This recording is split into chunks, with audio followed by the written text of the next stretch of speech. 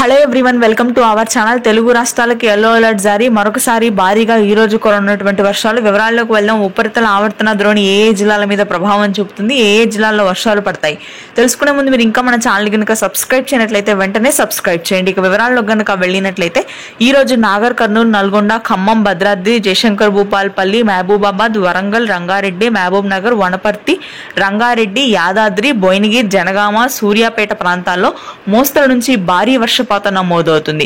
ముఖ్యంగా వనపర్తి, రంగారెడ్డి, కొత్తగూడెం, భద్రాద్రి ప్రాంతాల్లో అత్యధిక వర్షాలు నమోదు కానున్నాయి. ఇక హైదరాబాద్ నగర ప్రాంతానికి ఆరెంజ్ అలర్ట్ జారీ చేసింది వాతావరణ కేంద్రం.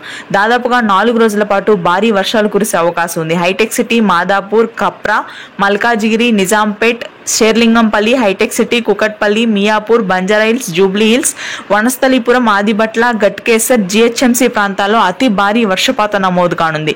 దాదాపుగా 100 మిల్లీమీటర్ల రికార్డు స్థాయి వర్షపాతం కురిసే అవకాశం ఉంది రానున్నటువంటి 3 రోజుల పాటు. ఇదిలా ఉండగా కోస్తా తీర ప్రాంతాల్లో కూడా ఉపరితల ఆవర్తన ద్రోణి ప్రభావం ఈ రోజు అత్యధికంగా ఉండనుంది. విశాఖ, విజయనగరం, తూర్పుగోదావరి, పశ్చిమ గోదావరి జిల్లాలో తేలికపాటి నుంచి మోస్తరు వర్షాలు ఉంటాయి. తిరుపతి, శ్రీకాళహస్తి భాగాల్లో ఈ రోజు భారీ వర్షపాతం నమోదవుతుంది. రాయలసీమలో. Thank you.